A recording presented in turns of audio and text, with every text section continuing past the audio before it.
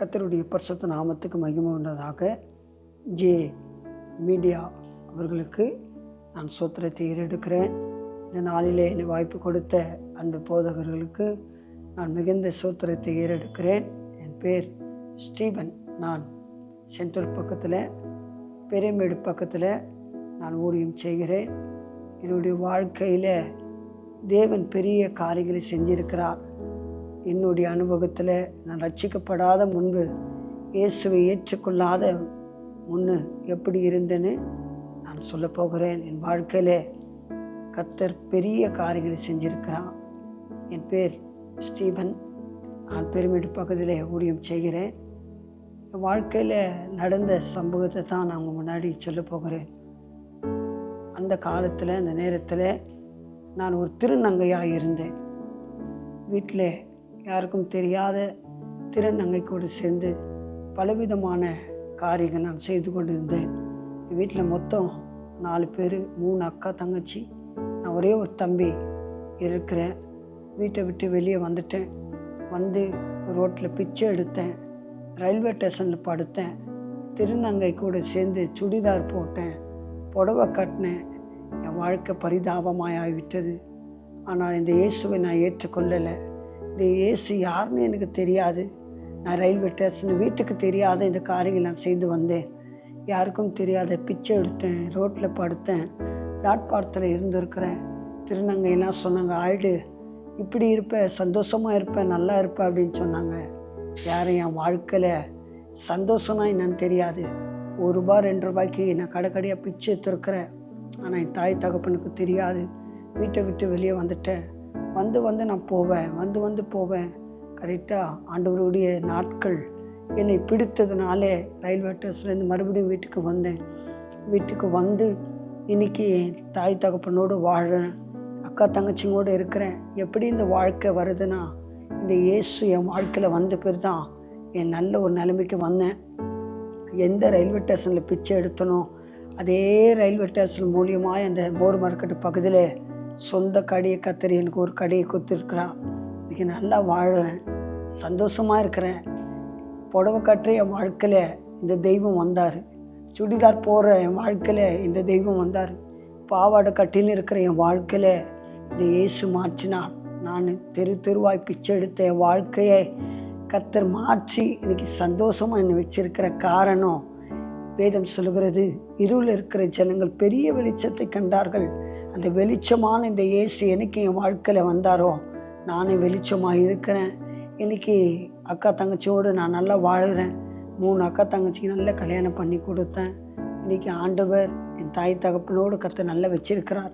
இன்றைக்கி எந்த இடத்துல அவமானப்பட்டனோ, எந்த இடத்துல புறக்கணிக்கப்பட்டனோ, எந்த இடத்துல தள்ளப்பட்டனோ, அதே இடத்துல இந்த இயேசு என்னை வாழ வச்சிருக்கிறார்.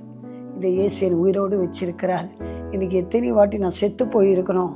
இந்தமாரி திருநங்கையாக ஆயிட்டேன்னா 2வது மாறவே முடியாது. இன்றைக்கி என் கதையை நானே சொன்னா தான். அதனால தான் இன்றைக்கு அக்காவாக இந்த எண்ணெய் பக்காவாக நிற்க வச்சு சொக்கா போட்டு வச்சிருக்கிற இந்த இயேசு, அக்காவாக இருந்த எண்ணெய் பக்காவாக நிற்க வச்சு சொக்கா போட வச்சிருக்கிறாரு. இந்த வாழ்க்கை நான் தேடவே இல்லை, நான் விரும்பவே இல்லை, நான் கேட்கவே இல்லை. நான் தேடாத இயேசு, நான் நேசிக்காத இயேசு, சாவை தேடி நான் போனேன். சாவை வென்ற இயேசு எனக்குள்ளே வந்தார். எனக்கு சபை உள்ள காலை வச்சனோ, என் உடை மாறிச்சு, என் பாவனை மாறிச்சு, என் பேச்சு மாறிச்சு, என் லாங்குவேஜ் எல்லாமே மாறி இன்னைக்கு பரிசுத்தமான வாழ்க்கையை இந்த இயேசு எனக்கு கொடுத்துருக்கிறார்.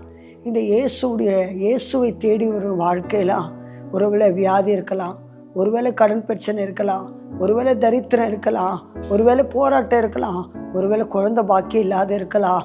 ஆனால் என்னை மாற்றின இயேசு, இந்த இயேசுவை யாரெல்லாம் நம்பி வருகிறார்களோ, இந்த இயேசுவை யாரெல்லாம் தேடி வருகிறார்களோ, வேதத்தில் ஒரு வார்த்தை உண்டு, மீகா 7:8 என் சத்ருவே, எனக்கு விரோதமாக நீ சந்தோஷப்படாதே, நான் விழுந்தாலும் எழுந்திருப்பேன், இருளில் உட்கார்ந்தார் கர்த்தர் எனக்கு வெளிச்சமாக இருப்பேன். வேத வார்த்தையின்படி இருளில் இருக்கிற மாட்டிக்கொண்டிருக்கிற ஜனங்கள், தத்தளிக்கிற ஜனங்கள், வியாதியில் தத்தளிக்கிற ஜனங்கள், போராட்டத்தில் தத்தளிக்கிற ஜனங்களுக்கு இயேசு சொல்கிறார், இருளான வாழ்க்கை வெளிச்சத்தை கொண்டு வருகிற ஒரு தெய்வம் இருப்பாரானா. 2000 ஆண்டுக்கு முன்னதாக உங்களுக்காக எனக்காக சிலுவையில் மரித்து அவர் சொன்னபடி 3ஆம் நாள் உயிரோடு எழுந்த இந்த இயேசு என்னை மாற்றியிருக்கிறார். ஐயா, கைவிடப்பட்ட தள்ளப்பட்ட பிளாட்பாரத்தில் இருந்தேன்.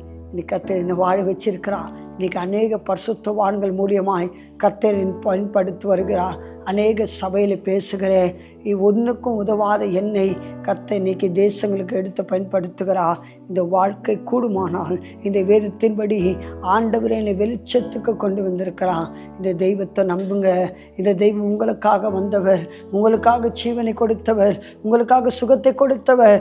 2000 ஆண்டுக்கு முன்பதாக சிலுவையில் உனக்காக எனக்காக கல்வாரி சிலுவையில் ரத்தத்தை சென்று என் பெருமான் இயேசு கிறிஸ்து உங்கள் வாழ்க்கையை நல்லவராக இருக்கிறார், வல்லவராக இருக்க நல்லவராக இருக்கிறார், வல்லவராக இருக்கிறார், போதுமானவராக இருக்கிறார். இது இயேசுவை தள்ளாதுங்க. வாழ்கிற வாழ்க்கை நம்ம கொண்டு வந்தவரை வேதம் சொல்லுகிறது. நிர்வாணியாய் வந்தவர்கள் நிர்வாணியாய் போவார்கள் என்று சத்திய வேதம் சொல்லுகிறது. பவுல் அடிகரை சொல்லுகிறார், நான் நிர்வாணியாய் வந்த ஒன்று கொண்டு வந்ததில்லை, ஒன்றையை கொண்டு போவதில்லை. வாழ்கிற கொஞ்சம் வாழ்க்கையில் இந்த இயேசுவை ஏற்றுக்கொள்ளுங்க. இந்த இயேசுவை தள்ளாதீங்க.